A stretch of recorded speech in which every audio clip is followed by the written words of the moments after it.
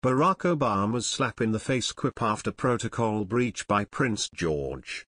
Barack Obama jokingly accused Prince George of breaching protocol after the two met for the first time at Kensington Palace, quipping that it was a slap in the face.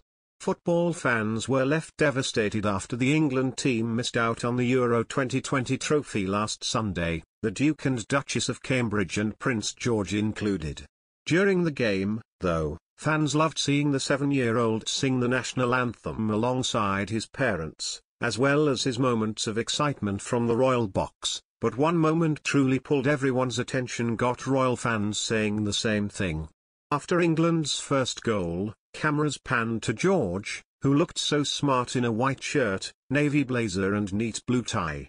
The prince quickly hugged his dad before turning to his mum and giving her a squeeze. Following a few more seconds of celebration which saw the royal tot joyfully laughing with his hands on his stomach, George then composed himself, and swiftly tucked in his shirt. As royal fans swoon over the footage, a 2016 report by the Daily Mirror about Prince George's meeting with former US President Barack Obama has resurfaced.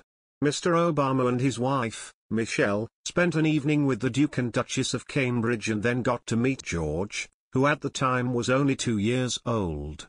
Images of the prince meeting the former president and the First Lady in his pajamas were broadcast around the world. Mr. Obama described George as adorable, but also jokingly accused him of breaching protocol during his last speech at the White House Correspondents' Dinner. He lightheartedly said the young royal's attire showed people were preparing for him to leave office. He claimed that being greeted by George in his checked pajamas and monogrammed bathrobe was slightly akin to his political opponents no longer answering his phone calls. He said, "It's not just Congress. Even some foreign leaders have been looking ahead, anticipating my departure. Last week Prince George showed up to our meeting in his bathrobe. That was a slap in the face, a clear breach of protocol. The prince was allowed to stay up late to meet the president and first lady, who he showed the rocking horse they gave to him when he was born."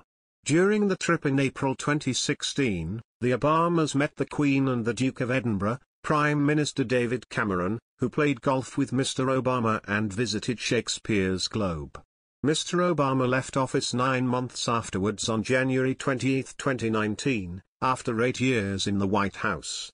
Barack Obama delighted an audience with a hilarious joke about his recent meeting with Prince George at the US president's final correspondents' dinner. British stars such as Emma Watson, Dame Helen Mirren and Tom Hiddleston were among the crowd as Mr. Obama drew plenty of laughs before sending social media into raptures by performing a mic drop as he left the stage. And though Republican presidential hopefuls Donald Trump and Ted Cruz were the butt of many his jokes, the outgoing president reserved special mention for the young prince.